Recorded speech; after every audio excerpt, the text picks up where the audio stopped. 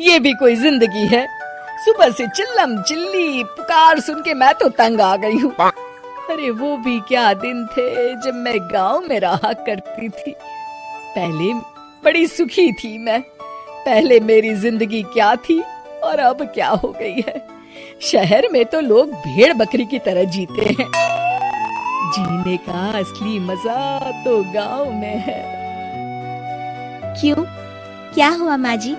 आज गांव की बहुत याद आ रही है आपको? अरे हाँ बहू, शहर का जीना भी कोई जीना है। लोगों की आधी जिंदगी तो सड़कों के ट्रैफिक में निकल जाती है और यहाँ रखा ही क्या है। एक बात कहूँ, दिल्ली शहर अब पहले जैसा नहीं रहा। क्या माँ, जब देखो गांव के गुणगान गाती रहती हो। ठीक है, इस बार ना बच्चों के कॉलेज की छुट्टियों में हम सब गांव चलेंगे, ठीक है? हाँ, ये ठीक है। फिर कुछ दिनों के बाद सारा परिवार अपने गांव चला जाता है। अरे वाह, कितनी ताजी और साफ हवा है, कितनी शांति है यहाँ। चल बहू, अब बढ़िया सा खाना बना दे, मजे से आंगन में बैठ के खाएंगे।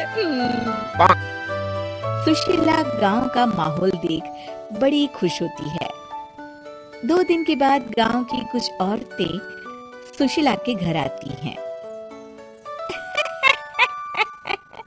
बड़े दिनों के बाद गांव आई है सुशीला।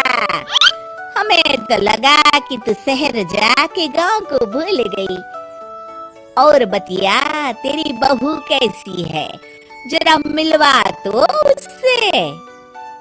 अरे मेरी बहू तो लाखों में एक है। बड़ी किस्मत वाली हूँ मैं जो मुझे जानकी जैसी बहू मिली है। हमेशा मेरी सेवा में लगी रहती है और आज तक कभी पलट कर जवाब नहीं दिया उसने। सुशीला की बातें सुनकर सभी औरतें हंसने लगती है।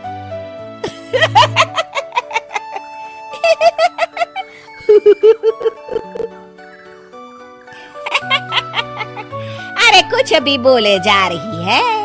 तबीयत तो ठीक है? तेरी बहू चांद से आई है क्या? क्यों बहनों, दुनिया की कोई भी बहू अच्छी होती है क्या? सब औरतें ममता की हाँ में हाँ मिलाती हैं। अरे मैं तो कहती हूँ दुनिया की हर बहू सास का खून चूसने वाली डायन होती है, डायन। मैं तो एक बिल में 1000 सांप के साथ रह सकती हूँ, लेकिन अपनी बहू के साथ नहीं रह सकती। हाँ, तूने सही कहा। मेरी बहू तो तेरी बहू से भी 2 कदम आगे है। सब औरतों की बातें सुनकर ममता मन ही मन बड़बड़ाती है। अरे ये गांव सुधर गया, लेकिन औरतें नहीं सुधरी। अगर थोड़ी देर और इनकी बेवकूफी भरी बातें सुनूंगी तो मैं सच में पागल हो जाऊंगी। फिर सुशीला उन औरतों को घर से दफा कर देती है और राहत की सांस लेती है। अरे बहू, जरा बाम लाके मेरे सर पर तो लगा दे।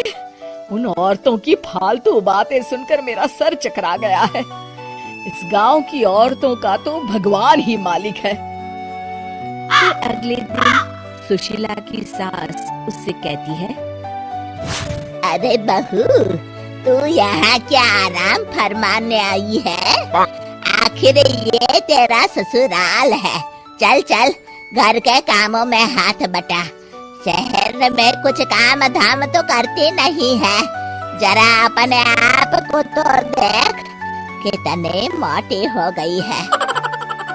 सारा दिन घर का काम करने के बाद शाम को सुशीला, हाय मेरी कमर, हाय मेरे पैरों ने तो जवाब दे दिया।